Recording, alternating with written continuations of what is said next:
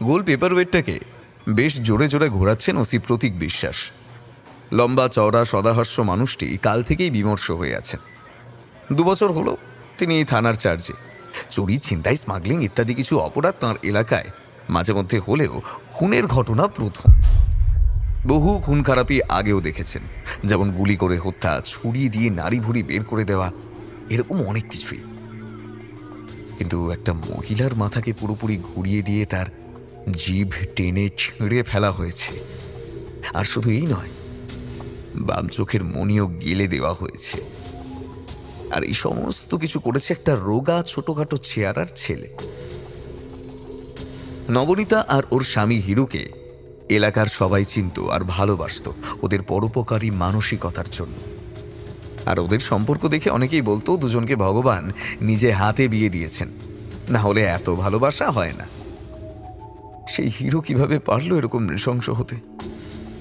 নিজের কাছে মিথ্যে বলতে নেই, নবনীতার সেই মৃতদেহর কথা মনে পড়লেই মাঝে মধ্যে বুক কেঁপে উঠছে। পুরো ঘটনাটিকে আবার মনে মনে সাজানোর চেষ্টা করলো প্রতীক। আজ সকাল 7টার সময় ডিউটি অফিসারের ফোন আসে যে দক্ষিণ পাড়ার বস্তিতে একটা খুন হয়েছে এবং খুনিকেও স্পটে পাওয়া গেছে। অর্ধেক পান করা চা রেখেই স্পটে চলে আসেন প্রতীক। নবনীতার ভয়ঙ্কর মৃতদেহ কোলে নিয়ে বসে আছে হারু, আর চিৎকার করে কাঁদতে কাঁদতে বলছে, আমি মেরেছি বাবুকে, আমাকেও মেরে ফেলো, মেরে ফেলো আমাকে। চারপাশে জমে যাওয়া ভিড়কে সরিয়ে ইনভেস্টিগেশন শুরু করেন প্রতীক। পাড়ার একটি ছেলে বলে সে প্রত্যেকদিন সকালে দুধ দিতে আসে এদের বাড়িতে। আজ এসে প্রথমে বেশ কয়েকবার ডাকাডাকি করতেও ভেতর থেকে সাড়া মেলেনি। এরপর সে কয়েক ঘন্টা বাদে আবার আসে এবং এবার সে বাইরে থেকে শুনতে পায় হিরুর কান্না। আশেপাশের কয়েকজনকে নিয়ে দরজা ভেঙে ঢুকে দেখা যায় এই মর্মান্তিক দৃশ্য। দক্ষিণ পাড়ার বাসিন্দাদের রবিবারের হালকা মুড রূপান্তরিত হয়ে গিয়েছিল বিষণ্ণতাতে। একটু পরে ফরেন্সিক ডিপার্টমেন্ট, মিডিয়া সবাই চলে আসে। উপরের মহল থেকে একের পর এক ফোন ইত্যাদির ঝামেলা মিটিয়ে থানায় নিয়ে আসা হয় হিরুকে। এরপর লাশ মর্গে চালান করে থানায় ডেকে পাঠানো হয় হিরুর বিজনেস পার্টনার গোপালকে। গোপালকে ডেকে পাঠানোর উদ্দেশ্য শুধু জিজ্ঞাসাবাদ নয়, ওর কাছ থেকে নবনীতার বাড়ির ঠিকানা জোগাড় করে খবর দেওয়া হয়। হিরুর অবশ্য তিনকুলে কেউই ছিল না, তাই কাউকে খবর দেওয়ারও নেই। গোপাল এসে স্বাভাবিকভাবেই ভেঙে পড়েছিল থানার মধ্যে, কিন্তু হিরু একদম পাথর হয়ে গিয়েছিল। মনে হচ্ছিল যা ঘটেছে তারপর ওর সামনে পৃথিবীতে আর কিছুই অবশিষ্ট নেই। লকআপে বসে একটা অদ্ভুত দৃষ্টিতে থানার ছাদের দিকে তাকিয়ে বসেছিল। খুন যে সে করেছে সেটা সবসময় স্বীকার করছিল, কিন্তু কিছুতেই মোটিভ বলতে রাজি ছিল না। শুধু বিকেলবেলা একটা অদ্ভুত আবদার করে বসে প্রতীককে, স্যার, আমাকে চাইলে এখনই ফাঁসি দিয়ে দিন, তো গুলিও করে দিতে পারেন। শুধু একটা অনুরোধ আছে স্যার। বলে ফেল। স্যার, আমি এক তান্ত্রিক গুরুর সাথে একবার দেখা করতে চাই। ওকে আমি আর গোপাল খুব ভালো মানি। দয়া করে এইটুকু আমাকে সুযোগ করে দিন আপনি। আবদারটা শুনে প্রথমে না করে দিলেও পরে রাজি হয়েছিলেন এই ভেবে, যে মানুষ সব স্বীকার করে নিয়েছেন আর কাল কোর্টেও একই কথা বলবে, সেখানে তার একটা শেষ ইচ্ছে পূরণ করাই যায়। যদিও ব্যাপারটা এত সহজ না, কারণ মিডিয়ার প্রতিনিধিরা প্রায় সারাদিনই থানায় ঘুরঘুর করছে। তাই গোপালকে বলেছিলেন রাত 10:30টার পর সেই তান্ত্রিককে নিয়ে আসতে। 10:40 বেজে গেছে, কিন্তু গোপাল বা সেই তান্ত্রিক কারোরই পাত্তা নেই। মনে মনে বিরক্তি বোধ করছিলেন প্রতীক। সারাদিন যথেষ্ট পরিশ্রম হয়েছে, আর সারা দিনে কয়েক কাপ চা আর সন্ধেবেলায় এক মুঠো মুড়ি ছাড়া আর কিচ্ছু খাওয়া হয়নি। ফলে খিদে আর ক্লান্তিতে দু চোখ বুজে আসতে শুরু করেছে। মাথার পেছনে হাত দিয়ে চোখ বন্ধ করে শরীরটাকে এলিয়ে দিলেন চেয়ারে। ভাবলেন খুব বেশি হলে আর মিনিট 20 দেখবেন, না হলে বেরিয়ে যাবেন থানা থেকে। আর একবার যদি বেরিয়ে যান তাহলে নির্দেশ দিয়েই যাবেন যে তার অনুপস্থিতিতে যেন কারোর সঙ্গেই দেখা না করতে দেওয়া হয় হিরুকে। স্যার, ও স্যার। মনে হচ্ছিল দূর থেকে কেউ যেন ডাকছে প্রতীককে, কিন্তু তাকে খুঁজে বেড়ালেও দেখতে পাচ্ছে না সে। স্যার, ও স্যার। ক্রমশ স্যার স্যার ডাক জোরালো হয়ে উঠতে লাগলো, আর হঠাৎ করে চোখ খুলে গেল। স্যার, ওই গোপাল চোখা এসছে কাকে একটা নিয়ে। কনস্টেবল হালদারের কথা শুনে মনে হচ্ছে এই কাকে একটা বিষয়টিকে একদম পছন্দ হয়নি তার। হ্যাঁ, হ্যাঁ, ওদেরকে বাইরে বসো, আমি আসছি। ঘুম ভালোই এসে গিয়েছিল প্রতীকে। অ্যাটাচ বাথরুমে গিয়ে চোখে মুখে সামান্য জল দিয়ে বেরিয়ে এলেন নিজের কেবিনের বাইরে। আর বাইরে ভূত দেখবার মতো চমকে উঠলেন তিনি। গোপালের সঙ্গে এটা কে? এই হতচ্ছাড়া আবার তান্ত্রিক। 3 দিন আগেই একে একটা বেশ্যাপট্টিতে রেড মারতে গিয়ে দেখতে পেয়েছিলেন। কোনোভাবে ব্যাটা পালিয়ে গিয়েছিল পুলিশের হাত থেকে। সেই কালো ধুতি, নীল ফুলহাতা সোয়েটার, আর তার উপরে একটা কালো চাদর, আর মুখ ভর্তি দাড়ির জঙ্গল। গোপাল আর সে বেঞ্চে বসে আছে, যদিও তার চোখ বন্ধ, আর সারা শরীর থেকে একটা বিচ্ছিরি গন্ধও আসছে। নোংরা পোশাক আর দেশি মদের গন্ধে যে কারোরই বমি পেয়ে যাবে। প্রতীককে বেরিয়ে আসতে দেখে দুজনেই উঠে দাঁড়ালো। চরম বিরক্তির সঙ্গে বললেন, গোপাল, তুই কোন একটা তান্ত্রিককে নিয়ে আসবি বলেছিলি, কিন্তু একে? আর একটু হলে সেদিনে গ্রেফতার হচ্ছিল আমার হাতে। এইসব নোংরা লোকের কাছে তোরা যাস কেন? হ্যাঁ স্যার, আমাদের দোকান নিয়ে কিছু সমস্যা হয়েছিল বলে এর কাছে একদিন আমি আর হিরো গিয়েছিলাম। তা একটা ছোট যজ্ঞ করেছিলেন এবং তার কিছুদিনের মধ্যেই আমাদের সমস্যাগুলো সমাধান হয়ে যায়। তারপর থেকেই আমরা একে গুরু বলে মানি। এই, নাম কি তোর? বেশি সময় নেই ওর হাতে। এখানে খুব বাজে কিছু এসেছে, খুব বাজে কিছু। এবার ক্রমশ প্রতীকের মাথা গরম হতে শুরু করেছে।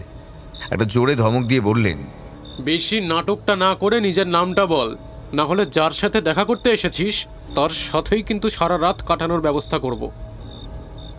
আমি বীরজু, তান্ত্রিক বীরজু সাহেব। আমি একবার দেখা করে নেব, রাতও হয়েছে অনেক। এতক্ষণ ধরে বীরজুকে অপ্রকৃতিস্থ মনে হলেও এই মুহূর্তে আর সেটা মনে হচ্ছে না। বীরজুর কাছে একটা ঝোলা টাইপের ছিল, সেটাকে জমা দিতে বলে দুজনকে ভালো করে সার্চ করতে বললেন কনস্টেবলদের। বিশ্বাস নেই এমন কিছু হয়তো থাকতে পারে ওদের কাছে যা হিরুর পক্ষে ক্ষতিকারক। দেওয়ালে হেলান দিয়ে আতশোয়া অবস্থায় চোখ বন্ধ করে আছে হিরু। গরাদের ভেতর একটা ছোট্ট বাল্ব চেষ্টা করে যাচ্ছে অন্ধকারকে কাটিয়ে তুলবার। গরাদের ভেতরে একবার উঁকি মেরেই চমকে উঠল বীরজু। বিড়বিড় করে একটা মন্ত্র জপ করে নিয়ে গোপালের দিকে তাকিয়ে বলল, তুই শালা দূরে যা, ও আমার সাথে কথা বলতে চেয়েছে, তোর এখানে থাকবার দরকার নেই। যেরকম বিচ্ছিরিভাবে বলল বীরজু, তাতে ওর ওখানে দাঁড়িয়ে থাকা সমীচীন মনে করল না গোপাল। গরাদের বাইরে যে সেন্ট্রি দাঁড়িয়েছিল তাকে অনুরোধের স্বরে বলতে সেও একটু তফাতে গিয়ে দাঁড়ালো। হিরো, উঠে আয় এদিকে। একবার ডাকতেই হিরু একটু চমকে উঠে তাকালো বাইরের দিকে। বীরজুকে দেখতেই ক্লান্ত স্বরে বলল, আপনি আপনি এসেছেন বাবা। জানেন আমি কিছু করিনি, আমি ওকে মারতে পারি না। চাপা গলায় কথা বল আর সামনে আয়। বীরজু হঠাৎ যে বেশ উত্তেজিত হয়ে পড়েছে তা মানসিকভাবে বিধ্বস্ত হিরুর পক্ষে ধরা সম্ভব হলো না। আস্তে আস্তে উঠে দাঁড়িয়ে কাপা কাপা পায়ে এসে গরাদের দুটো রডকে শক্ত করে চেপে ধরল, এমনভাবে যেন ওগুলোই ওর জীবনের শেষ সম্বল। বিস্ফারিত চোখে একটা অদ্ভুত রকমের আকুতি এবং ভয়। মুখ যেন সম্পূর্ণ রক্তশূন্য হয়ে গেছে। নিচু গলায় কথা বলতে শুরু করলো হিরু। ওর ঠোঁট দুটো কেমন কাঁপছে। কথা বলবার সময় যেন একজন চরম অসুস্থ মানুষ কোনোভাবে জীবনের শেষ কথাগুলো বলবার চেষ্টা করে। ওই একটি বড় লোকের বাড়িতে নার্সের কাজ করছিল। একজন অসুস্থ মহিলা, যার পক্ষে কিনা সম্ভব নয় বিছানা থেকে ওঠা, এদিন বিকেলে একটি পায়রা হঠাৎ করে ঘরে ঢুকে চলন্ত ভ্যানের ব্লেডে ধাক্কা খায়। আঘাত খুব একটা গভীর না হলেও ডানার পাশে একটু কেটে গিয়ে সামান্য রক্তপাত হয়। অবশ্যই সেই দেখে রান্নাঘর থেকে একটু গরম জল আনতে যায় পায়রাটির সুস্থতার জন্য, কিন্তু এসে দেখে খুব ভয় পেয়ে যায়। হিরুর স্বর একটু একটু করে জড়িয়ে আসছে, আর তার কারণও স্পষ্ট বীরজুর সামনেই দৃশ্যমান। আর দুর্ভাগ্যবশত বীরজু জানে একটু বাদে কি হতে চলেছে এবং মুহূর্তে তাকে থামানোর ক্ষমতাও ওর নেই। বল বল, কি দেখলো তোর বউ? দেখলো যে পায়েটা আহত হয়েছিল সে নেই। না, ফ্যানের আঘাতে নয়, ওই যে বউটার সেবা করছিল নব, জানো বউটা একটা রাক্ষসী। হ্যাঁ, একটা রাক্ষসী। নব দেখলো ওই বউটা নাকি হাঁটতে পারে না, সে মাটিতে উবু হয়ে বসে পায়রাটাকে কামড়ে কামড়ে খাচ্ছে। ওর মুখ থেকে যে রক্ত বেরিয়ে মেঝেতে পড়ছিল সেটাও জিভ দিয়ে চেটে নিচ্ছিল। নব ওই থেকে পা টিপে ঘরে থেকে যেই বেরিয়ে আসতে যাবে সঙ্গে সঙ্গে ঘরের দরজা নিজে থেকে বন্ধ হয়ে যায়। এতক্ষণ মাটিতে ঘাড় নিচু করে যে পায়রাটিকে শেষ করছিল, শেষে মাথা না তুলতেই বুঝে গিয়েছিল নব ঘরে এসে গিয়েছে। নব চিৎকার করতে গেলে প্রায় উড়ে এসে ওই রাক্ষসী ওর গলা চেপে ধরে আর হাসতে হাসতে বলে, যদি এই কথা ও কাউকে বলে তাহলে ওই পায়রার থেকেও ভয়ঙ্কর মৃত্যু ওর জন্য অপেক্ষা করছে নাকি। কিন্তু নব আমাকে যে খুব ভালোবাসে, বলে দিল আমাকে সবটা, যেন আমি ওকে মারিনি, ওই রাক্ষসী আমাকে দিয়ে করিয়ে যায়। আমি বাঁচতে চাই না নবকে ছাড়া। আমি মারিনি। হিরুর গলা সম্পূর্ণ জড়িয়ে গেছে, আর এটা অসুস্থতা নয়। বীরজু সেলের সামনে দাঁড়িয়েই দেখতে পেয়েছিল একটা নারী আকৃতির কালো ধোঁয়ার আস্তরণ হিরুর মাথার উপরে ঘড়ির পেন্ডুলামের মতো ঝুলছিল। অভিজ্ঞ চোখ এটা বুঝিয়ে দিয়েছিল এটা সাধারণ কিছু নয়। তাই হিরুর কথা শুনতে শুনতে মনে মনে মন্ত্র পড়ে নিজের দেহ বন্ধন করে নেয়। আর হিরুর কথা জড়িয়ে আসবার কারণ ক্রমশ সেই ধোঁয়ার আস্তরণ একটা বিরাট আকার ধারণ করে হিরুকে ঘিরে ফেলেছিল। সমগ্র সেলটা কালো ধোঁয়াতে পরিপূর্ণ হয়ে যাচ্ছিল। আর অদৃষ্টের কি পরিহাস! সেই ভয়াবহতা শুধু বীরজুর চোখেই পড়ছিল। কোনো সাধারণ মানুষের পক্ষে সম্ভব নয় সেই ধোঁয়াকে দেখা। হয়তো কাল এই ধোঁয়া নবনীতা আর হিরুর ঘরে উপস্থিত ছিল, কিন্তু ওদের চোখে তা দৃশ্যমান ছিল না। বীরজু আর দাঁড়ালো না সেলের সামনে, কারণ একটু বাদেই হিরুর শরীরটাকেও নির্মমভাবে শেষ করে ফেলা হবে। আর এই শক্তি যেই হোক না কেন, সে কোনোভাবেই চায় না তার কথা কেউ জানতে পারুক। একটা দীর্ঘশ্বাস ফেলে সরে এলো ওখান থেকে। থানা থেকে বেরিয়ে গোপাল অনেকবার জিজ্ঞেস করেছিল হিরু কি বলল ওকে। বীরজু শুধু একটা কথাই বলেছিল, যদি বাঁচতে চাস তাহলে আর কোনোদিন ওই প্রশ্নটা করবি না। বীরজুর বলার ভঙ্গি ও ঝলসে ওঠা চোখ দেখে গোপাল আর কিচ্ছু বলবার সাহস পায়নি।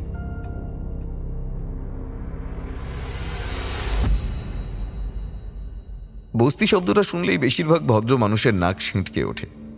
দারিদ্রতা, অপরিচ্ছন্নতা, বিভিন্ন অসুখ এবং অপরাধের মিশ্রণই যেন সবসময় হয়ে থাকে বস্তির বাসিন্দারা।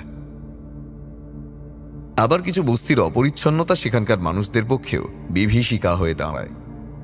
আমরা যে জায়গার কথা এই মুহূর্তে আলোচনা করছি সেখানে চা পান এমনকি ছোট মণিহারি দোকানও আছে, এবং আশেপাশের ঝুপড়িগুলোতে দারিদ্রতার ছাপ স্পষ্ট হলেও তারা যতটা পারে নিজেদের বাড়ির সামনেটা পরিষ্কার রাখার চেষ্টা করে। কিন্তু বস্তির শেষ প্রান্তে একটা ভ্যাট আছে, সেখানে ভদ্রবাবুদের দৈনিক ব্যবহৃত জিনিসের পাশাপাশি অন্যান্য বর্জ্য পদার্থ এসেও জমা হয়।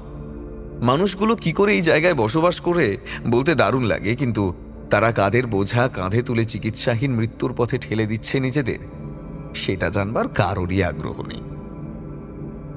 আর যারা জানে তারা গান্ধারী পন্থাকেই আপন করে নিয়েছে। এবারই নোংরা উপচে পড়তে থাকা দুর্গন্ধময় ভ্যাটের পেছনে পচা ডোবাও আছে, যা পরিবেশের সৌন্দর্যকে ক্রমশ আরো মোহময়ী করে তুলেছে। আর এই ডোবার পাশেই একটা আধভাঙা পাঁচিল, আর তার পাশ দিয়ে একটা সরু একচিলতে গলি চলে গেছে। একসময় এই পাঁচিলের শোভা বৃদ্ধি করত অমিতাভ বচ্চন, মিঠুন চক্রবর্তীদের সিনেমার পোস্টার।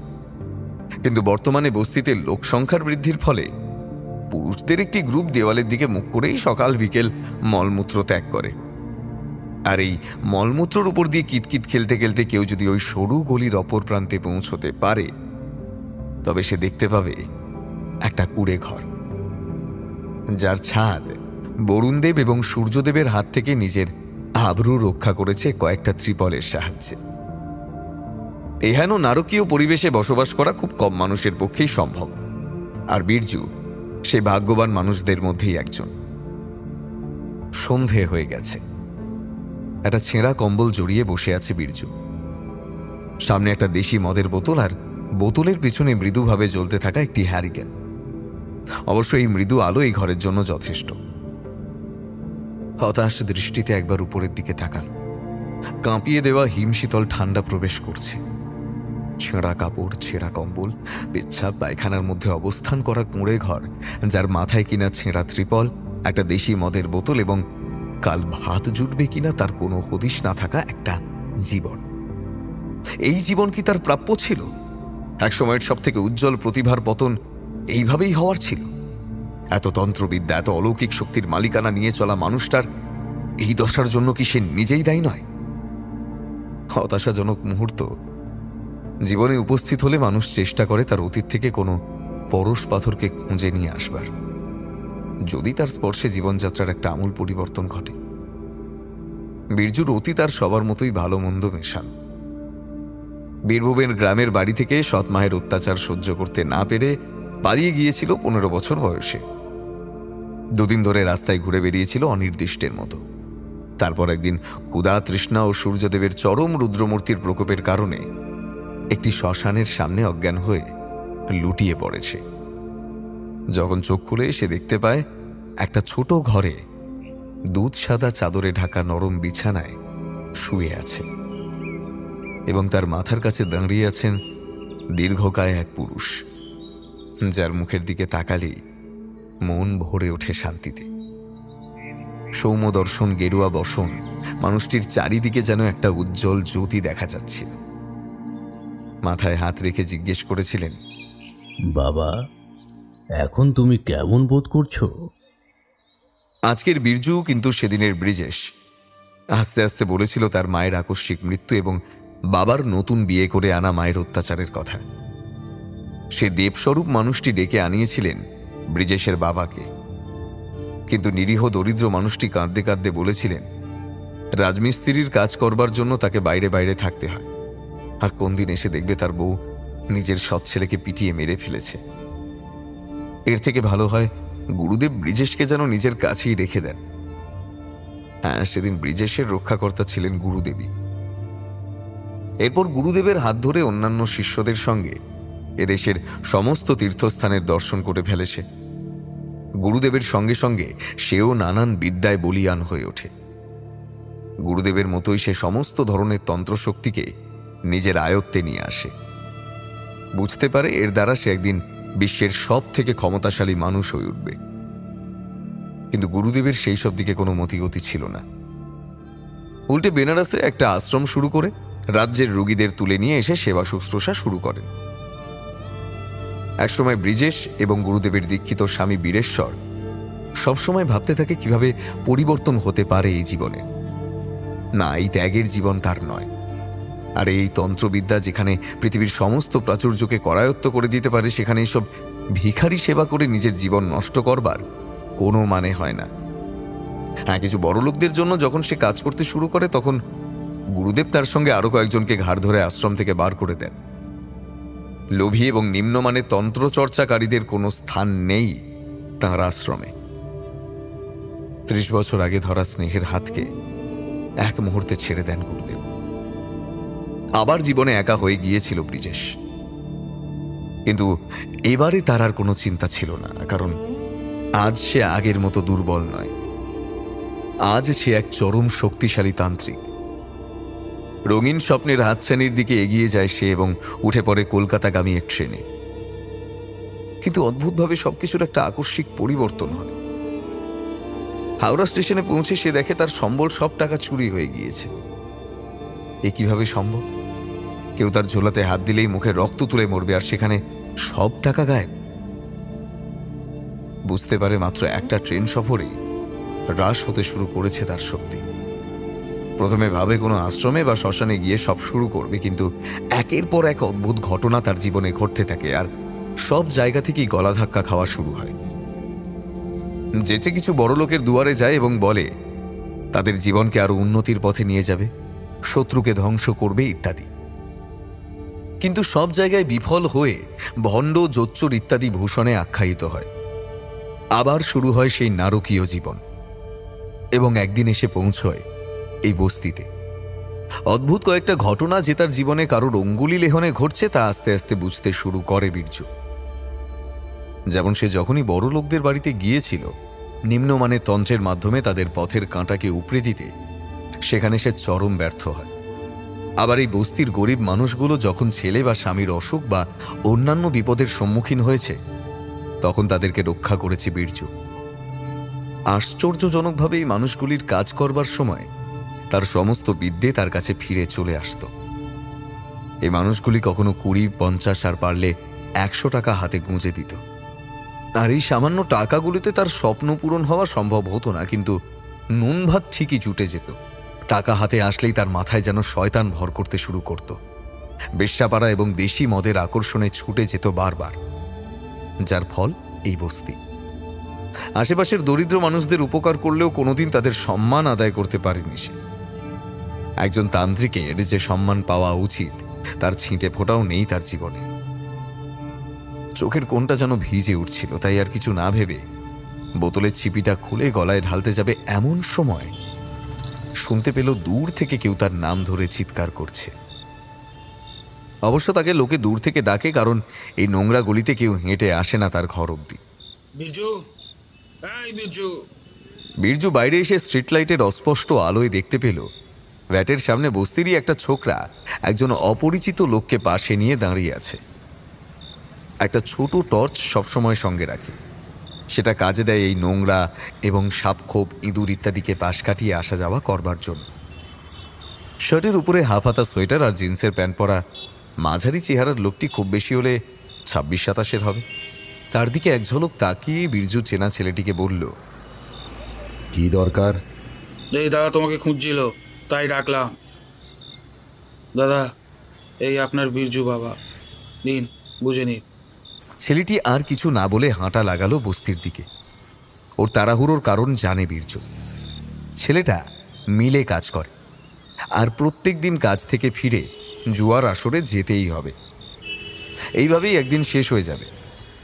ওর আলো আধারিতে মিলিয়ে যাওয়া চেহারার দিকে তাকিয়ে ভাবল,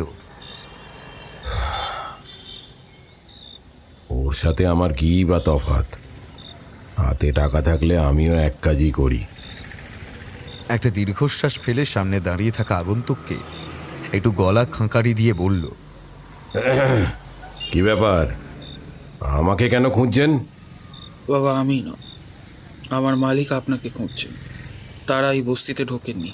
কষ্ট করে আপনি যদি বস্তির বাইরে গিয়ে তাদের সাথে দেখা করেন তাহলে ভালো হয়। চলুন। বীরজু লোকটির সঙ্গে এগোতে থাকলো বস্তির বাইরের দিকে, কিন্তু মনে একটা খটকা দেখা দিল। লোকটি একবার বলল মালিক খুঁজছেন, আবার বলে তাদের সঙ্গে বাইরে গিয়ে দেখা করতে।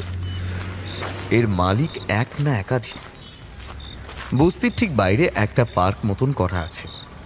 তার পাশে যে স্ট্রিট লাইটগুলো আছে সেগুলো বেশ উজ্জ্বল, যার ফলে এই ভর সন্ধেবেলায়ও ছেলেদের ক্রিকেট খেলতে কোনো সমস্যা হচ্ছে না। আর পার্কের গেটের পাশেই বেশ বড় মাপের দুটো গাড়ি দাঁড়িয়ে আছে, আর গাড়ি দুটোর সামনে দাঁড়িয়ে একজন মোবাইলে নিচু স্বরে কথা বলছে, আর পাশে দাঁড়িয়ে দুজন নিজেদের মধ্যে কোনো একটা বিষয় নিয়ে আলোচনা করছে। তিনজনের পোশাক দেখলেই বোঝা যায় বেশ কেউ কেটা টাইপের লোকজন এরা। দুজনের গায়ে কোট ও একজন পরে আছে জ্যাকেট। তবে অসুবিধা হলো কারোর মুখ দেখবার কোনো উপায় নেই, কারণ তিনজনেই মুখে হাসপাতালে ডাক্তারদের মতো ওই জিনিসটা পড়ে আছে। আরে ওই মাস্ক না কি যেন বলে ওটা। এখন একটি বিলিতি রোগ আমদানি হয়েছে বলে সবাই ওসব পড়ছে, যদিও বীরজুদের বস্তিতে ওসব অসুখকে কেউই ডরায় না। বীরজুকে তিনজনই ঘুরে তাকালো। সঙ্গের লোকটি জ্যাকেটওয়ালার দিকে তাকিয়ে বলল, স্যার, ইনি। কথা শেষ করবার আগেই জ্যাকেটওয়ালা হাতের ফোনটা বীরজুর দিকে এগিয়ে দিয়ে বলল, নিন, কথা বলুন। পুরো ব্যাপারটা এখনো বোধগম্য হচ্ছে না। তার উপর এসব দামি ফোন প্রথমবার হাতে নিল সে। একটু বিভ্রান্তিমূলক গলায় বলল, কে? বলতে ওপাশ থেকে একজন উত্তর দিল, কেমন আছিস? ফোনের ওপাশ থেকে আসা গলার স্বর যেন বীর্যুর শরীরকে এ ভোঁড় ভোঁড় করে দিল। তা কত কোটি টাকার মালিক এখন তুই? হ্যাঁ, একটা শ্লেষ মিশ্রিত হাসি বুঝিয়ে দিল প্রশ্নকর্তা ভালোই জানেন বীর্যুর বর্তমান অবস্থা। অস্ফুট স্বরে বীর্যু বলল, গুরুদেব, আপনি? বলতেই ওপাশ থেকে গুরুদেব হুঙ্কার দিয়ে উঠলেন। তোর মুখে গুরুদেব শব্দটা শুনলে মনে হয় আমাকে কেউ চপেটাঘাত করলো। আমার নিজের উপরে ঘৃণা হয় এই ভেবে যে তোকে আমি বরাবর নিজের সেরা শিষ্যের তকমা দিয়েছি। কত মানুষের কাছে তোকে নিয়ে গর্ব করতাম, আর আজ হয়তো আমার পিছনে তারা এই নিয়ে হাসাহাসি করে। হ্যাঁ, এই জন্য সেদিন শ্মশানের ধার থেকে তোকে তুলে নিয়ে এসেছিলাম। বীর্যু কোনো উত্তর না দিয়ে চুপ করে থাকল। গুরুদেব বলেই চলেছেন, কি পেলি এই রাস্তা বেছে? দেশি মদ, পতিতা, জুয়া, এইসব প্রত্যেক দিনের ভাত জোটাতে পারিস না, আবার সোনার থালায় খাওয়ার স্বপ্ন দেখছিস। আর চুপ করে থাকতে পারল না বীর্যু। ঝাঁঝিয়ে উঠে বলল, আপনার ওখান থেকে বেরিয়ে আসার পর থেকেই আমি আস্তে আস্তে বেশিরভাগ মন্ত্র ভুলে যেতে শুরু করেছি। একের পর এক খারাপ বিষয় ঘটতে শুরু করেছে আমার সাথে। হ্যাঁ, এটা ঠিক যে আজ আমি অনাহারে থাকি, আর যখনই একটু পয়সার মুখ দেখি তা কোনো অদৃশ্য শক্তির বলে আবার উড়িয়েও দিই। কিন্তু জানেন, এত কিছু সত্ত্বেও আপনার কাছে কেন ফিরে যায়নি? কারণ যে পাপী মন নিয়ে আমি আশ্রমের বাইরে পা দিয়েছিলাম, আমার সেই মন আর কখনোই সম্পূর্ণ পরিষ্কার হবে না। তাই পাপী আত্মার ছায়া আপনার তৈরি স্বর্গে কখনোই আর পড়বে না। বীর্যুর ঝাঁঝালো স্বর ক্রমশ নরম হয়ে আসতে শুরু করেছিল। এটা জানবি, আজ তোর এই ভগ্নদশার পিছনে আমার কোনো হাত নেই। তবে হ্যাঁ, আমার অন্তরাত্মা কেঁদেছিল সেদিন, আর তার ফলাফল তুই ভোগ করছিস। আর তোর সাথে নতুন করে কথা বলবার কারণ হলো, কলকাতা শহরে এমন এক প্রবল কালশক্তির পদার্পণ ঘটেছে যা নিমিষে ধ্বংস করে দেবে এই শহরকে। একমাত্র তুই, হ্যাঁ, একমাত্র তুই পারবি তাকে বশে আনতে। আমি ঈশ্বরের কাছে প্রার্থনা করছি যে তুই যেন তোর শক্তি আবার ফেরত পেয়ে যাস। যা, কাজে লেগে পড়। ভোলে বাবা তোর মঙ্গল করুন। যা।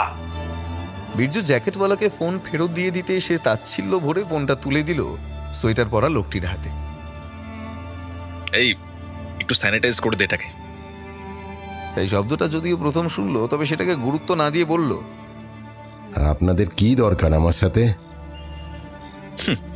আপনি যে ধরনের মানুষ, তাতে আপনার কাছে সাহায্য চাইতে আসা রীতিমতো রুচি বিরুদ্ধ আমাদের। কিন্তু গুরুদেব বললেন যে বিপদে আমরা পড়েছি তার থেকে একমাত্র আপনিই নাকি আমাদের উদ্ধার করতে পারবেন। লোকটার কথাবার্তার ভঙ্গি শুনে প্রথমেই বীর্যু চটে গিয়েছিল, কিন্তু গুরুদেবের নাম শুনে নিজের মেজাজটাকে শান্ত করল। যতটা সম্ভব নরম হয়ে বলল, গুরুদেব যখন বলেইছেন একমাত্র আমি আপনাদের রক্ষা করতে পারি, তাহলে ওই রুচি অরুচি ইত্যাদি বাদ দিয়ে মূল বিষয়ে আসা যাক। জ্যাকেটওয়ালা বুঝতে পারলেন এই মানুষটি সোজা মানুষ না। এর সঙ্গে বেশি রুয়াব দেখালে হয়তো পুরো বিষয়টা থেকে সরে যেতে পারে। এবার সে সুর নরম করে বলল, আমার নাম বিনয়, আমি মিস্টার রুদ্র রায়ের সেক্রেটারি, এবং আমাদের ম্যাডাম অর্থাৎ স্যারের স্ত্রী একজন প্রেতাত্মার দ্বারা আক্রান্ত, এরকম আমাদের মনে হচ্ছে। আপনাদের এসব মনে হওয়ার কারণ কি? আমি বলছি। কোট পরিহিত দুজনের মধ্যে যে বেশ লম্বা এবং সুস্বাস্থ্যবান, সে এগিয়ে এলো বীর্যুর দিকে। গলা খাঁকারি দিয়ে বললেন, নমস্কার, আমি রুদ্র রয়। দেখুন, এমন কিছু ঘটনা ঘটে গেছে যার জন্য আমাদের মধ্যে দৃঢ় বিশ্বাস জন্মেছে যে প্রেতাত্মার ছায়া এই বাড়িতে পড়েছে। রুদ্র ইমনের সিঁড়ি দিয়ে গড়িয়ে পড়া, দুঃস্বপ্ন এবং হঠাৎ করে হসপিটাল থেকে ছেড়ে দেওয়া সমস্ত কিছু খুলে বলল। বীর্যু সব শুনে একটু বিরক্ত হয়ে বলল, এতে ভূত প্রেত কোথায় পেলেন? এরকম তো হতেই পারে। রুদ্র কয়েক মুহূর্ত চুপ করে থেকে বলল, আমি প্রথমে আপনাকে মূল ঘটনাটি শুধু বর্ণনা করলাম, এবার বাকিগুলো শুনুন। হঠাৎ বীর্যু অনুভব হলো আবহাওয়া যেন হঠাৎ করে আরেকটু বেশি ঠান্ডা হতে শুরু করেছে। আমার স্ত্রী যখন সিঁড়ি থেকে গড়িয়ে পড়েছিল সেই মুহূর্তে আমি সেখানে পৌঁছে যাই। হয়তো তার জন্যই ও প্রাণে বেঁচে গেছে। এবং ওকে তুলতে গিয়ে যখন সামনের দিকে তাকাই, দেখতে পাই একটা কালো ছায়া, যার আকৃতি প্রথমে একটা মানুষের মতো ছিল, সেটি কুণ্ডলি পাকিয়ে বেরিয়ে গেল ছাদের দরজা দিয়ে। দ্বিতীয় ঘটনা যে স্বপ্ন দেখেছি আমি, তা যেন কোনো কিছুর পূর্বাভাস ছিল।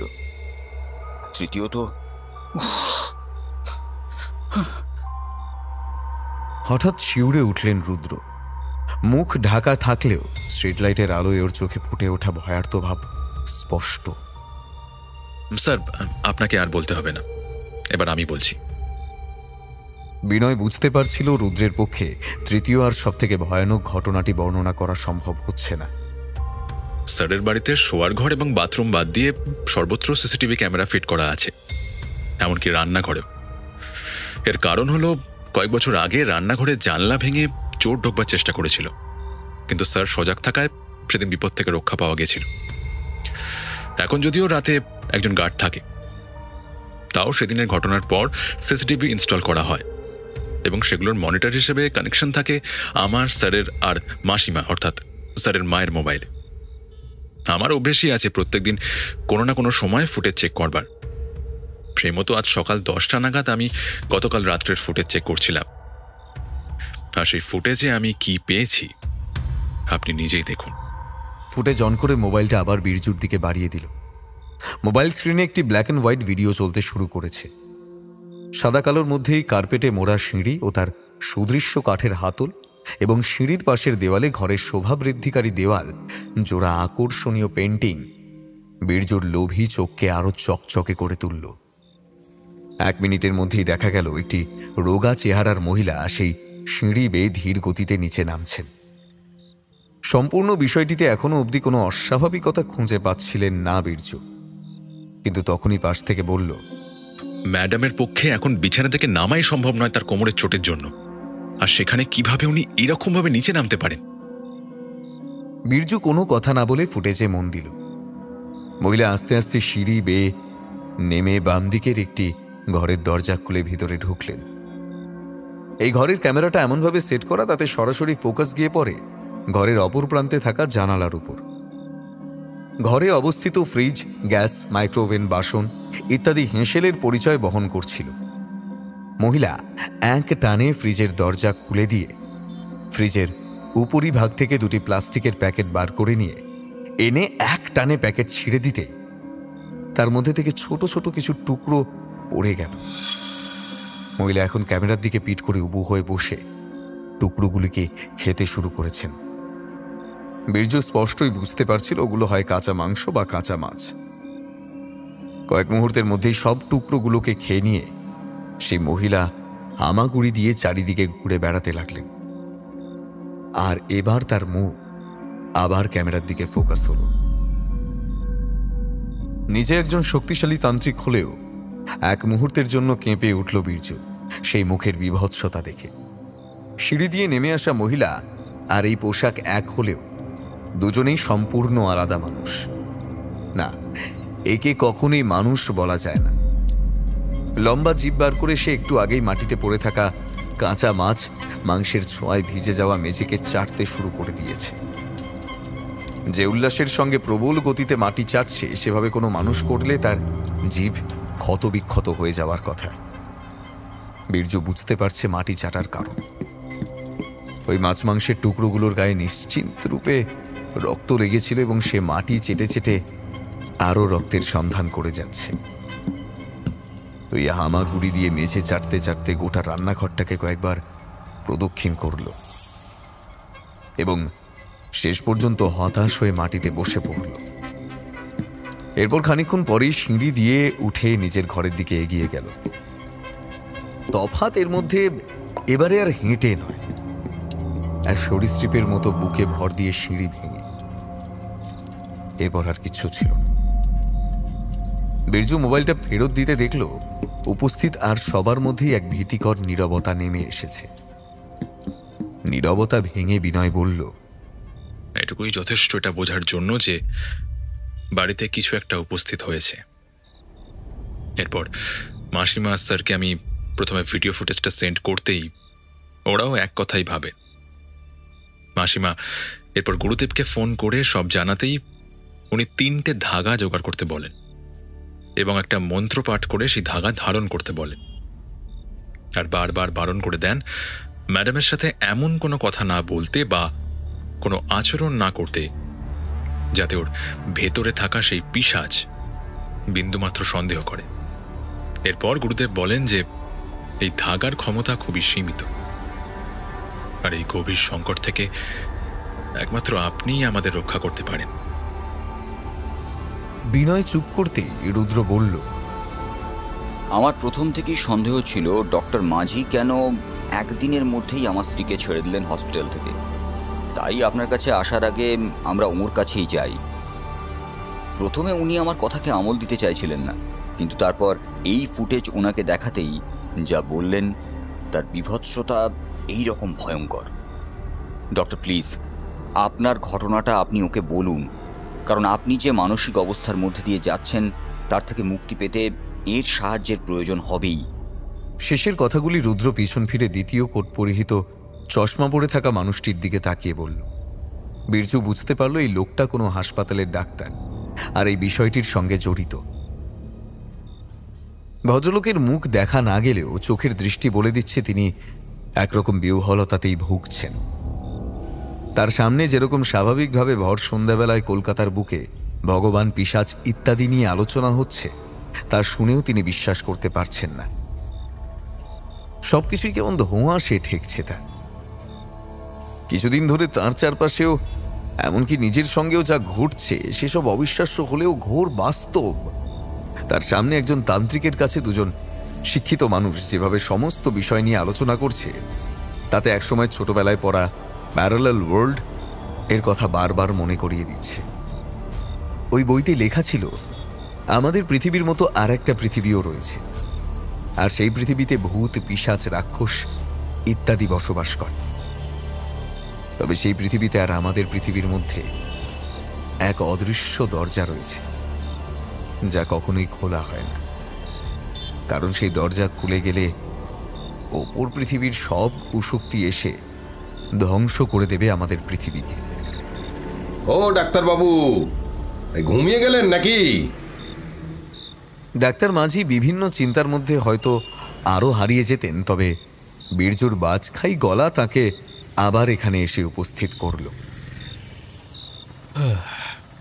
ভাবিনি এই কথাগুলো কখনো কাউকে বলবো, কিন্তু মিস্টার বিনয় আর মিস্টার রুদ্রকে যখন সব কিছুই বলতে পেরেছি তখন আপনাকেও পারবো। ডক্টর মাঝি মাস্কটা নামিয়ে একটু খোলা বাতাসে প্রাণ ভরে নিঃশ্বাস নিলে। মনে হলো ভেতরে থাকা গুমোট চিন্তা হয়তো নিঃশ্বাস প্রশ্বাসকেও বন্ধ করে দিচ্ছিল। একটা দীর্ঘশ্বাস ফেলে মাস্ককে তার যথাযথ জায়গায় ফিরিয়ে নিয়ে বললেন, আমি এই হসপিটালে কয়েক বছর ধরে কাজ করছি।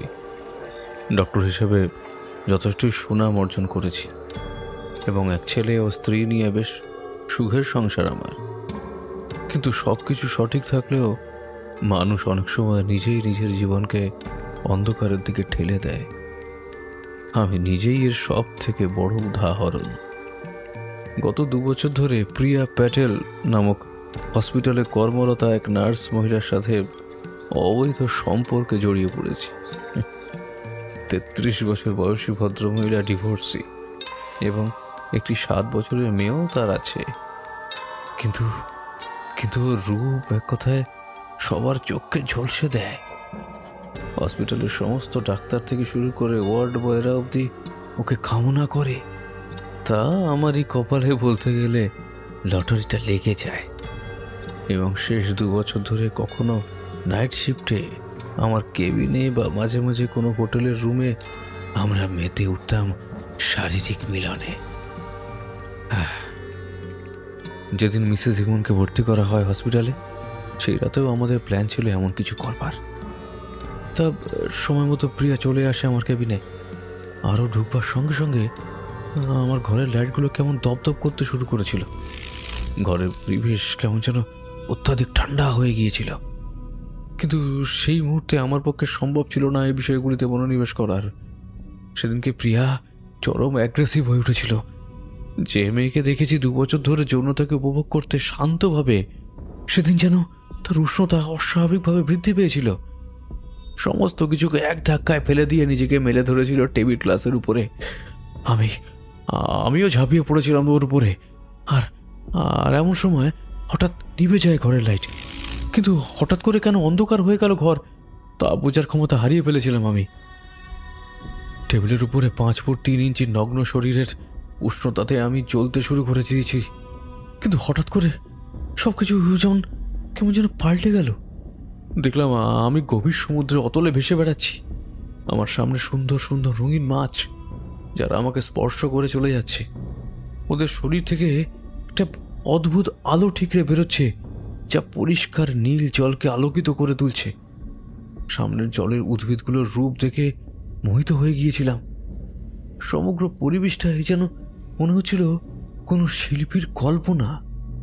টানা জলের তলায় ভেসে বেড়াচ্ছি, কিন্তু একবারও নিঃশ্বাসে কষ্ট হচ্ছে না। জানি না জলের মধ্যে আমি কিভাবে এত অক্সিজেন পাচ্ছি, তবে এত কিছু ভাবার সময় আমার নেই। একটা সুবিশাল সুসজ্জিত অ্যাকোয়ারিয়ামে সুন্দর মাছেদের সাথে আমি তখন সব কিছুকে উপভোগ করতে ব্যস্ত। জানি না কতক্ষণ ধরে এইভাবে ভেসে বেড়াচ্ছি। এমন সময় দুটো চিৎকারের ক্ষীণ আওয়াজ আমার কানে এলো। প্রথমে মনে হলো যে আমি ভুল শুনছি, কিন্তু পরপর বেশ কয়েকবার সেই চিৎকারগুলি আমার কানে আসতেই আমি এবার আর এগোনো উচিত মনে করলাম না। পিছনের দিকে সাঁতার কেটে সেই চিৎকারের শব্দের দিকে এগোতে থাকলাম। কিন্তু পিছন ফিরতেই একটা অদ্ভুত আর পৈশাচিক দৃশ্য আমার চোখে পড়ল। দেখলাম আমার সাথে ভেসে বেড়ানো সুন্দর মাছগুলি মৃত অবস্থায় পড়ে আছে। ওদের শরীরগুলো পুরো খুবলে খুবলে কেউ বা কারা খেয়েছে। সমগ্র জল কেমন যেন ঘোলা হয়ে উঠেছে এবং মৃত মাছেদের শরীর থেকে বেরিয়ে আসা পচা গন্ধে আমি বমি করে ফেললাম। মনে হচ্ছে আমার নিঃশ্বাস যেন বন্ধ হয়ে আসছে এবং আর সম্ভব হচ্ছে না জলের মধ্যে থাকতে। আমি সাঁতারে এবার উপরের দিকে উঠবার চেষ্টা শুরু করলাম, কিন্তু কোথা থেকে যেন অজস্র মানুষ আমাকে চারপাশ থেকে ঘিরে ধরল। তাদের শরীর দিয়েও রক্তধারা বইছে এবং যন্ত্রণায় চিৎকার করে যাচ্ছে তারা। এরকম অমানসিক চিৎকার আমি আগে শুনিনি। সেই মৃত্যু পথযাত্রীরা সবাই আমাকে ঘিরে ফেলে বাঁচাও বাঁচাও চিৎকার করতে শুরু করলো। ওরা আমাকে ক্রমশ ঘিরে ধরছে। আমি পারছি না সাঁতার কাটতে, আর আমার নিঃশ্বাস নিতে কষ্ট হচ্ছে। কিন্তু আমাকে ঘিরে ফেলা সেই মানব প্রাচীরকে ভেদ করে আমি বেরিয়ে আসতেও পারছি না। হঠাৎ কেমন যেন সব শান্ত হয়ে গেল। সেই যন্ত্রণাতে ভুগতে থাকা মানুষগুলো চুপ হয়ে গেল আর আমার দিকে অদ্ভুত দৃষ্টিতে তাকিয়ে থাকলো। উফ কি বিভৎস সেই দৃশ্য! তারা কেউ নড়ছে না এবং তাদের শরীর থেকে একইভাবে রক্ত ঝরছে, কিন্তু হঠাৎই তারা কোনো এক মন্ত্র বলে নিথর হয়ে গেছে। আমি চেষ্টা করলাম তাদের শরীরকে ঠেলে সরিয়ে উপর দিকে সাঁতার কেটে উঠবার, আর তখনই হঠাৎ করে তাদের মধ্যে একজন আমার হাত চেপে ধরে বলল, আমাকে ছেড়ে এইভাবে তুমি চলে যেতে পারছো ডাক্তার? সব কটা নিথর মানুষগুলি যেন আবার প্রাণ ফিরে পেয়েছে। আমাকে চেপে ধরেছে ওরা। আর না, আমি নড়তে পারছি না, না আমি চিৎকার করতে পারছি। আমার গলা চোখ সব জায়গায় ওদের রক্ত ঝরতে থাকা লৌহ কঠিন হাত চেপে বসেছে। শেষ নিঃশ্বাস ত্যাগ করার সময় আবার সেই দুটো ক্ষীণ চিৎকার শুনতে পেলাম।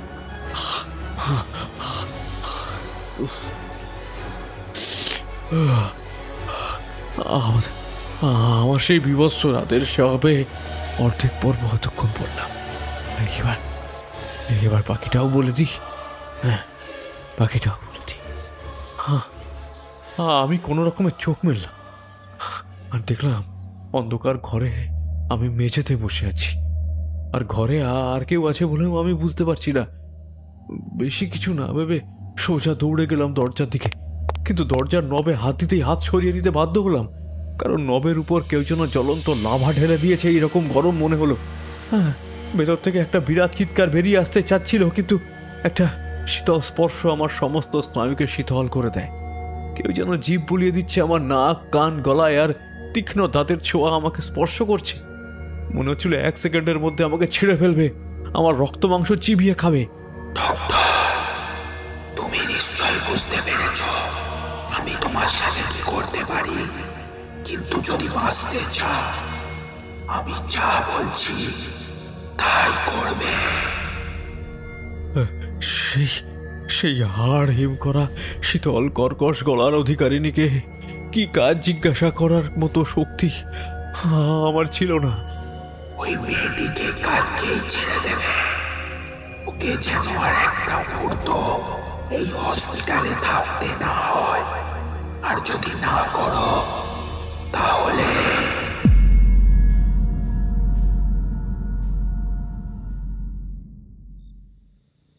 ডক্টর মাঝি আর কথা বলতে পারছিলেন না। সেই ভয়াবহ রাতের বর্ণনা দিতে গিয়ে যেন তিনি আবার সেই মুহূর্তে সম্মুখীন হয়ে পড়েছিলেন। বীরজু বলল, ঠিক আছে, আমি দেখছি। সেই বস্তুটা আমাকে ছেড়ে যাওয়ার আগে এমন একটা কথা বলেছিল যা লজ্জায় ওর হাজব্যান্ড বা অন্য কাউকে আমি বলতে পারিনি, কিন্তু কিন্তু আপনাকে বলতে চাই। কি কথা? বলেছিল আজ চাইলে সারা রাত ধরে আমি ভোগ করতে পারি ইমনকে, এবং যখন ও বাড়িতে থাকবে তখন পেশেন্ট দেখার বাহানায় এসে ওর বিছানাতে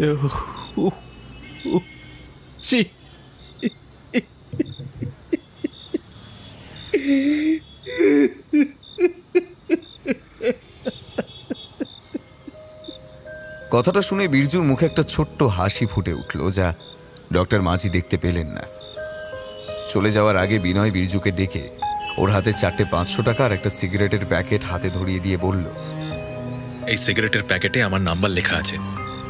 প্লিজ তাড়াতাড়ি আমাদের এই বিপদ থেকে রক্ষা করুন।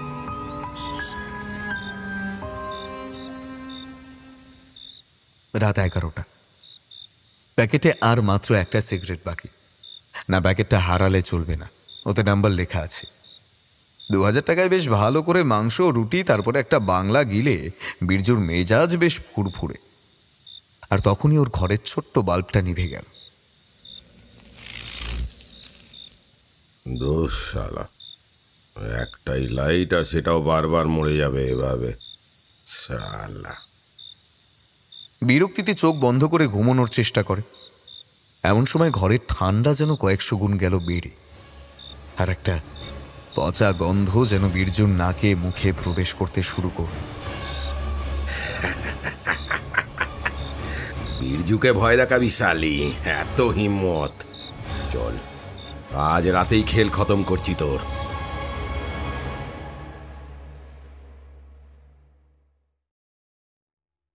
একের পর এক বজ্রাঘাত যেন এসে পড়েছে এই রায় পরিবারের উপরে। ইমনের ঘরে কারোরই যাওয়ার সাহস নেই। একটা নার্স রাখা হয়েছিল, কিন্তু তার ভয়াবহ মৃত্যুর খবর পেয়ে আর কাউকে রাখবার চেষ্টাও করা হয়নি। সকালবেলা আজকে ইমনের দাদা আর বাবা এসেছিলেন। ইমনের কাছে যখন ওর বাবা গিয়েছিলেন তখন সব স্বাভাবিক ছিল, কিন্তু ওর দাদা যখন দেখতে গিয়ে স্নেহের বশে বোনের মাথায় হাত দেয়, তখনই ইমন ফস করে বলে ওঠে, কপালে হাত কেন? আমার নরম দেহটা কি দোষ করলো? আয় না, আয়, আদর করে দে। কয়েক হাজার ভোল্টের কারেন্ট যেন অয়নের সারা শরীরে খেলে গেল। আর দেখল ওর আদরের বোন নাইটির চেন খুলে স্তন উন্মুক্ত করে আস্তে আস্তে উঠে আসছে। অয়ন ঘরে থাকার এক মুহূর্ত সমীচীন মনে করল না, কারণ সে দেখতে পাচ্ছিল ইমনের চোখের মণিগুলো সম্পূর্ণ সাদা হয়ে গিয়েছে, আর ওর মুখে সরু চুলের মতন কালো কালো রেখা ফুটে উঠছে। ঘর থেকে প্রায় ছুটে বেরিয়ে যেতে যেতে একটা অমানসিক স্বরে ওর পেছন থেকে বলে অট্ট হাসিতে ফেটে পড়ল, আরে পালাচ্ছিস কোথায়? এমন সুযোগ আর পাবি না, এর সদ্ব্যবহার করবি না। আয় না।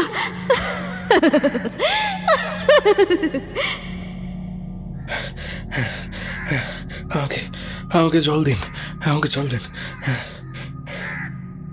রুদ্রর হাতের সামনে থাকা বোতলটা ওর দিকে বাড়াতেই এক চুমুকে প্রায় 1/2 লিটার জলের বোতল শেষ করে হাঁপাতে লাগলো।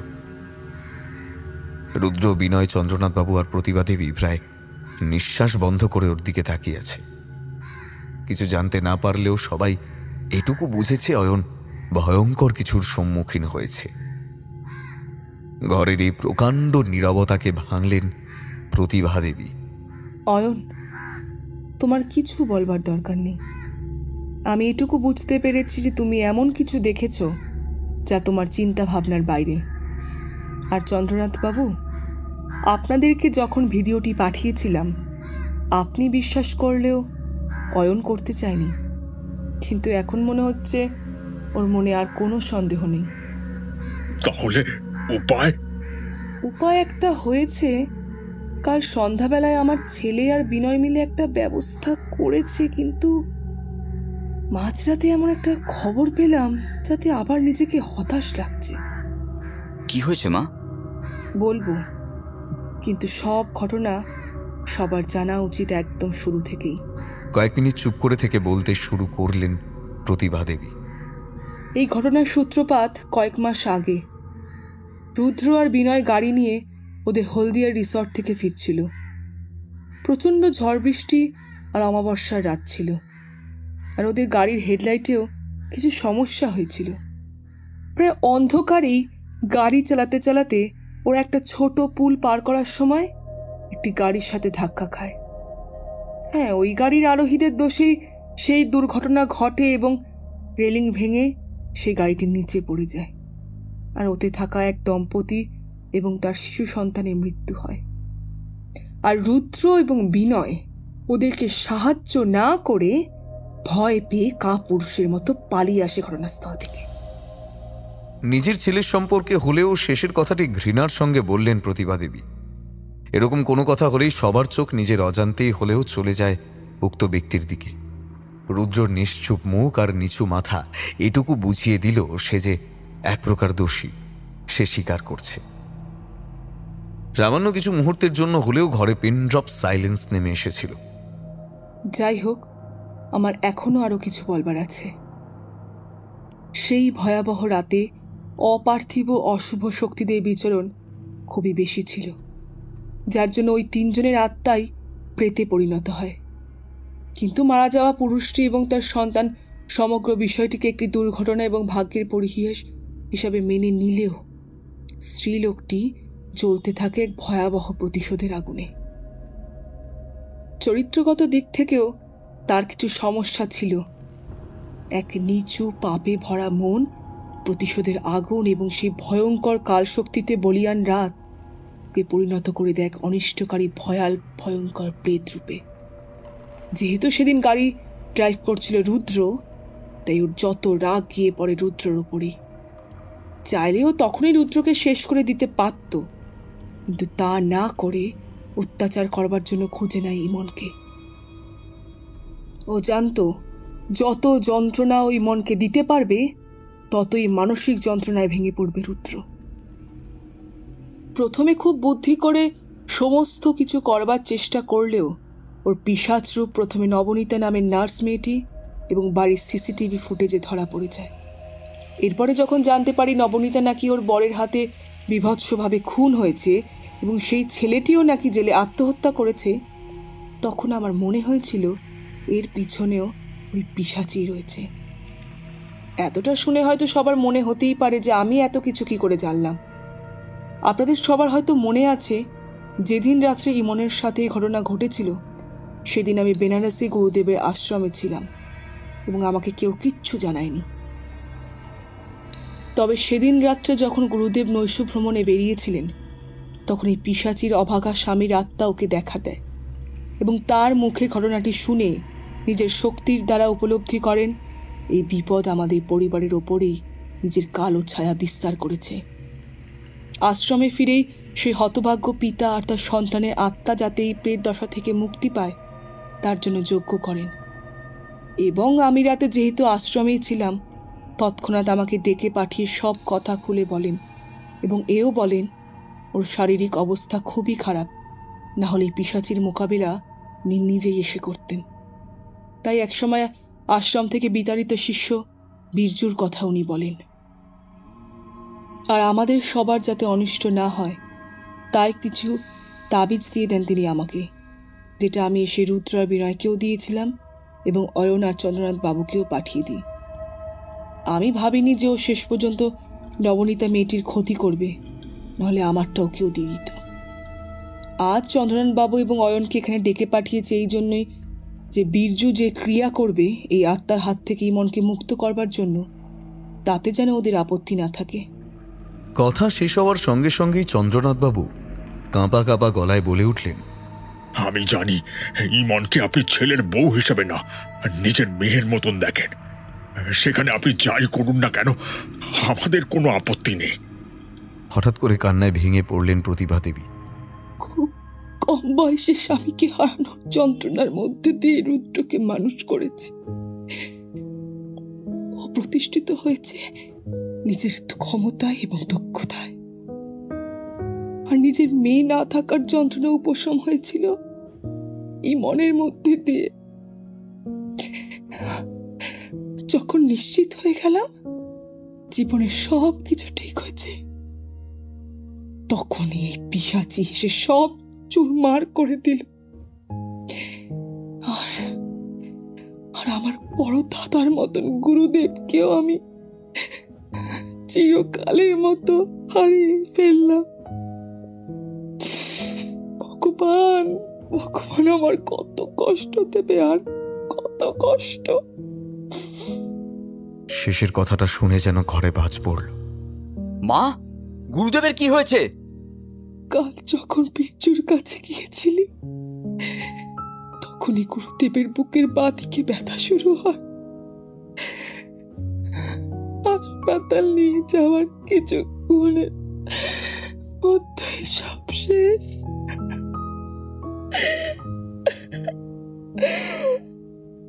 কাঁদতে কাঁদতে নিজের কথা কোনোভাবে শেষ করলেন প্রতিভা দেবী। তুমি আমাদেরকে কিছু জানালে না কেন মা? তখন খানিকটা ধাতস্থ হয়েছেন প্রতিভা দেবী। বৌমার এই অবস্থায় তোর মানসিক অবস্থা কেমন আমি জানি, তাই কাল রাতে বললে তুই আরো ভেঙে পড়তিস। আমার পক্ষেও সম্ভব নয় তোদের সবাইকে এই অবস্থায় ফেলে রেখে গুরুদেবের শেষকৃত্যে যোগদান করা। এবারে আমি যা বলছি শোন। আমার কাছে অনেকদিন আগে গুরুদেবের দেওয়া একটি বিষ্ণু মূর্তি ছিল, যাকে আমি সারা জীবন সম্পূর্ণ ভক্তি ভরে পুজো করেছি। আপাতত সেই মূর্তি আমি বৌমার ঘরের বাইরের দরজায় রেখে দিয়ে এসেছি, যাতে কোনোভাবেই সেই পিশাচি বেরিয়ে না আসে। আর তোরা ওই বীরজুর সাথে তাড়াতাড়ি কথা বল, আমাদের এই বিপদ থেকে মুক্তির ব্যবস্থা কর।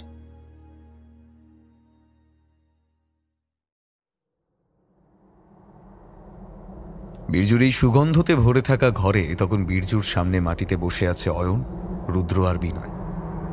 অন্য সময় হলে ওদের পক্ষে এই পরিবেশে 1 মিনিটও থাকা সম্ভব হতো না, কিন্তু এই মুহূর্তে এই পরিবেশেই ওদের অপেক্ষা করতে হবে।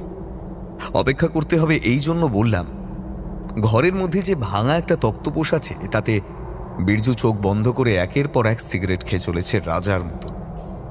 চরম বিরক্ত লাগলেও কারোরই ওকে কিচ্ছু বলবার নেই।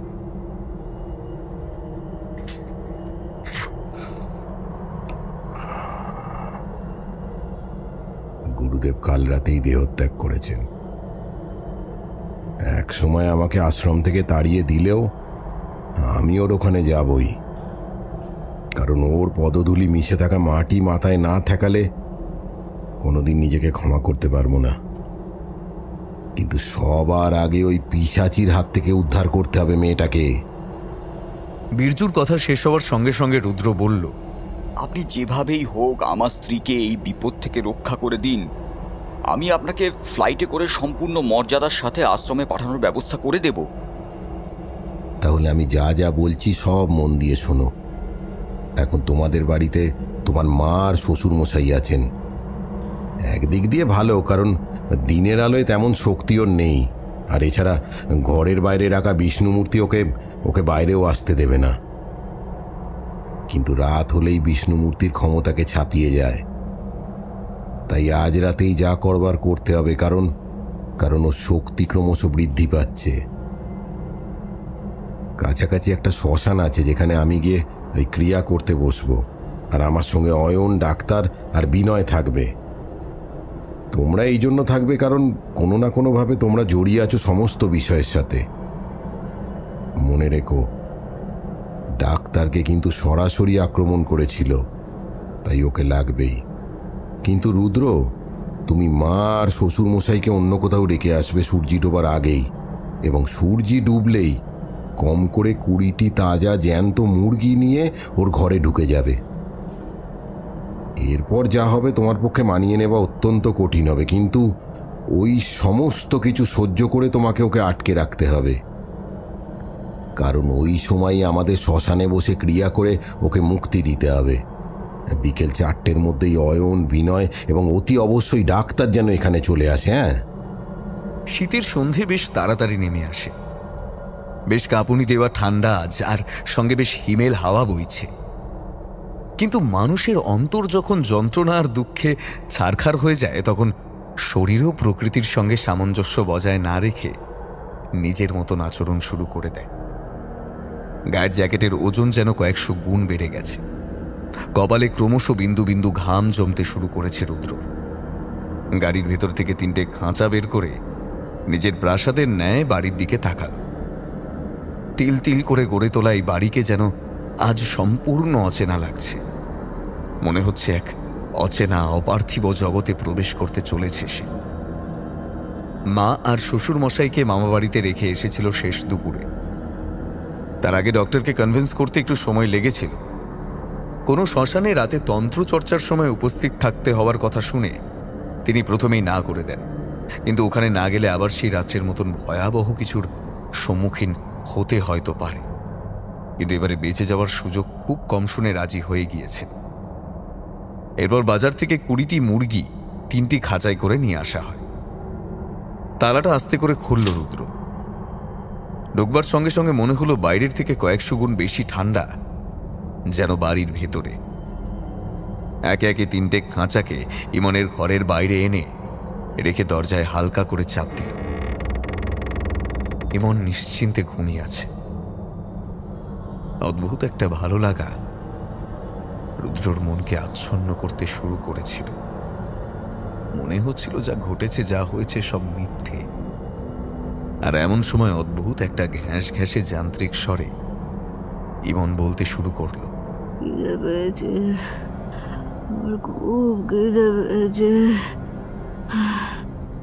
ইমনের চোখ মুখ প্রায় রক্তশূন্য। রুদ্রর চোখে জল এসেছে, কিন্তু ওই ঘ্যাস ঘ্যাসের স্বর ওকে সাবধান করে দিল। সবকিছু প্রমাণ হয়ে গেলেও ওর মন মানতে চাইছিল না। দরজার বাইরে রাখা খাঁচা থেকে একটা মুরগিকে টেনে বার করে ঘরের মধ্যে ছেড়ে দিল, আর প্রায় সঙ্গে সঙ্গে একটা বিরাট উল্লাসের চিৎকার করে বিছানার উপর সোজা হয়ে দাঁড়ালো ইমন। ওর দেহটা এখন বাতাসে ভাসছে। চোখের মণি দুটি সম্পূর্ণ সাদা, আর সমগ্র মুখ চুলের রেখার মতন কালো কালো রেখাতে ভরে গেছে। ওই বাতাসে ভাসমান অবস্থাতে পুরো শরীর দুলিয়ে অট্ট হাসিতে ফেটে পড়ল সেই পিশাচি।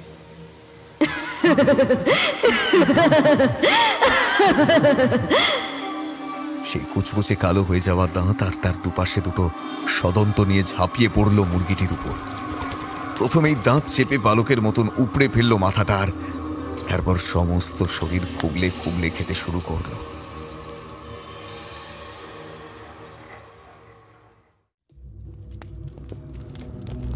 সন্ধে বেশি না গড়ালেও এই শ্মশানের ধারে কাছে বিকেল থেকেই প্রায় কাউকেই দেখা যায় না। একসময় প্রচণ্ড বদনাম ঘটে গিয়েছিল কিছু অলৌকিক ঘটনার জন্য। সেগুলো সত্যি না মিথ্যে সেই নিয়ে এই বস্তি এলাকার মানুষ বিশেষ একটা মাথা ঘামায়নি, কারণ যে পরিবেশ এরকম ভয়ের কাহিনী সৃষ্টি করে রাখে তাকে চ্যালেঞ্জ করবার কথা সাধারণ মানুষ ভাবতেই পারে না। আর যে কোনো কারণেই হোক, এই শ্মশানকে এলাকার দুষ্কৃতীরাও এড়িয়ে চলে। ক্রিয়ায় বসবার আগে বীরজু 3টে বৃত্ত এঁকেছে চন্দনের গুঁড়ো দিয়ে, যার এক একটাতে বসে আছেন ডাক্তার, অয়ন এবং বিনয়। আজকে কিন্তু বীরজুকে দেখে আগের মতন লাগছে না। একটা প্রকৃত তান্ত্রিকের সমস্ত রকম প্রতিমূর্তি তার দেখা যাচ্ছে। জলদ গম্ভীর গলায় বলল, আজকে এখানে বেশ কিছু অশৈলী কাণ্ড ঘটতে পারে, কিন্তু কিন্তু আপনারা যদি ওই বৃত্ত থেকে বেরিয়ে আসেন আমার না বলা অবধি, তাহলে যে চরম বিপদ আসবে তাতে আপনাদের প্রাণহানিও হতে পারে। হ্যাঁ, আর এখন একটা লড়াইয়ের সূচনা হতে চলেছে, আর এর কোনো নিশ্চয়তা নেই যে আমি সেখানে জিতব, কিন্তু আমার পক্ষে যা যা সম্ভব আমি সব করব এখানে বসেই। আশা করছি ওখানে রুদ্রবাবুও নিজের কাজ ঠিকঠাক করে দিতে পারবেন।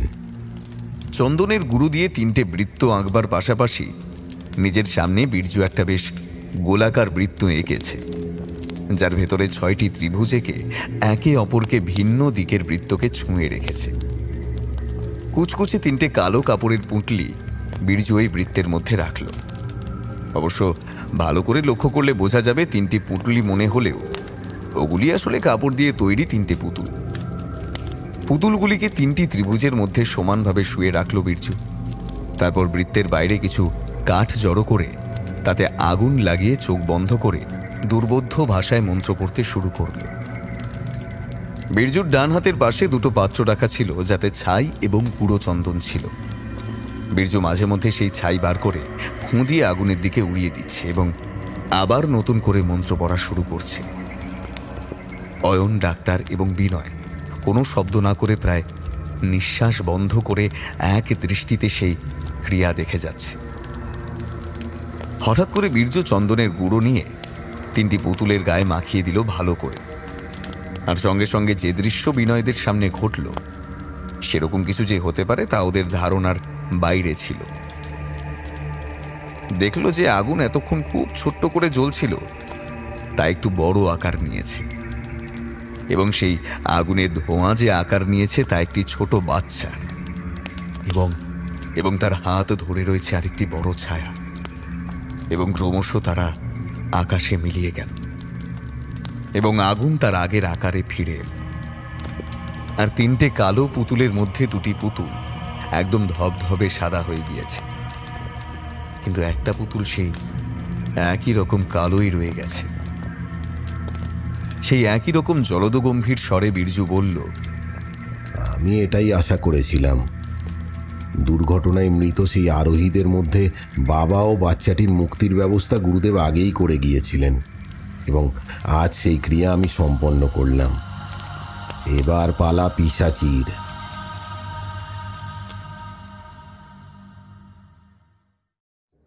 রুদ্র থরথর করে কাঁপছে, সারা ঘরে যেন ঝড় বয়ে যাচ্ছে। একটা ভয়াবহ রকমের উজ্জ্বল নীল আলোয় ঘর যেন সম্পূর্ণ নরক হয়ে উঠেছে। চারিদিক থেকে অট্টহাসিতে শুধু ঘরের দেওয়াল নয়, মনে হচ্ছে সমগ্র জগৎ সংসার যেন কেঁপে উঠছে।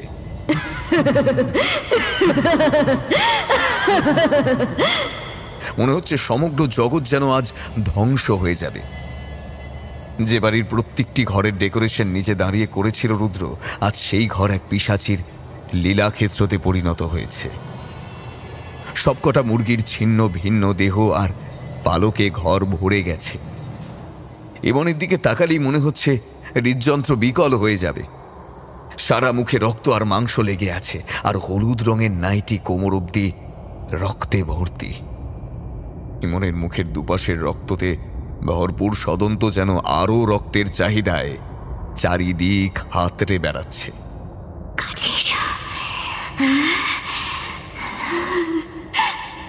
একটা পাশবিক ভয়াবহ স্বরে ইমন বলল রুদ্রকে।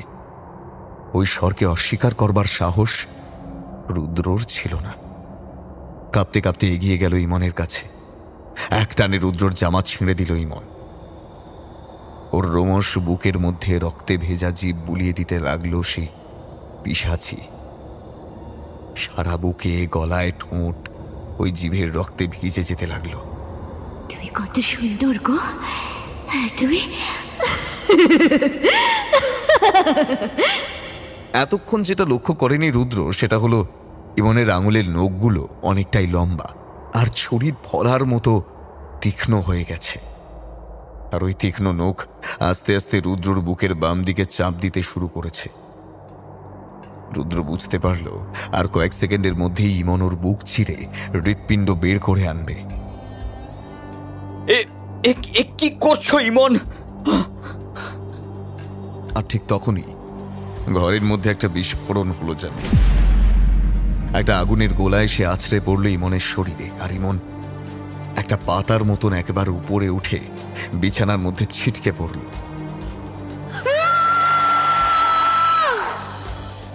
একের পর এক মন্ত্র পড়ে যাচ্ছে বীর্যু, আর বিনয়দের মনে হচ্ছে এবারে যেন কিছু একটা ঘটবেই।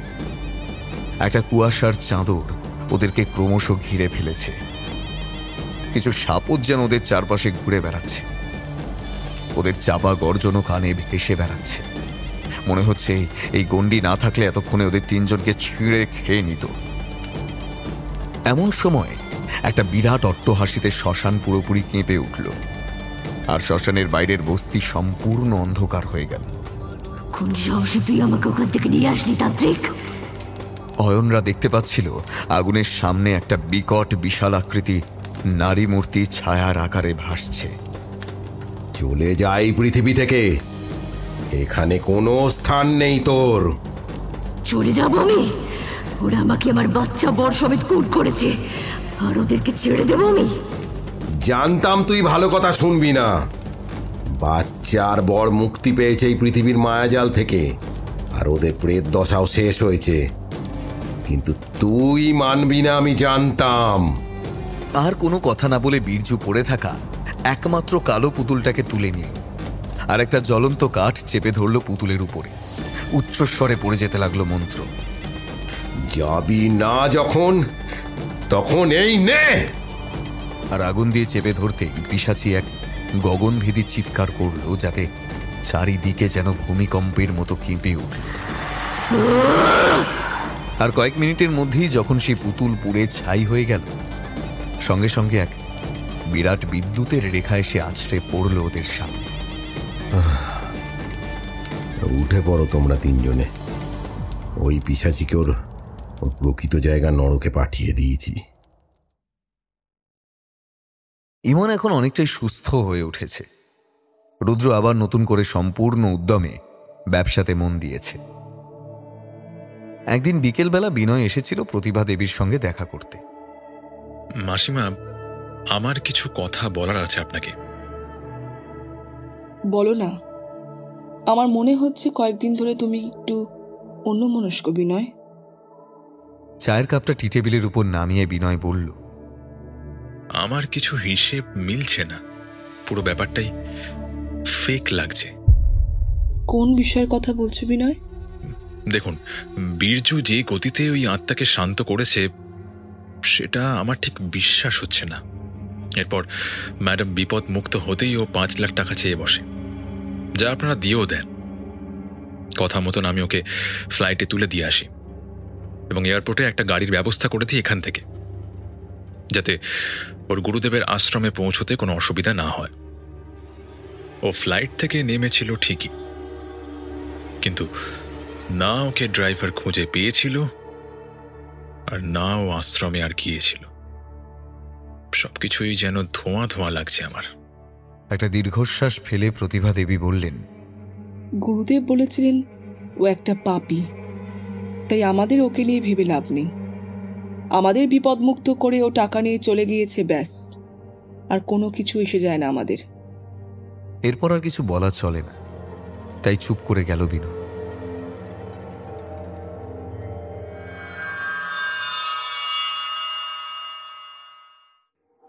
রাত এখন 11টা।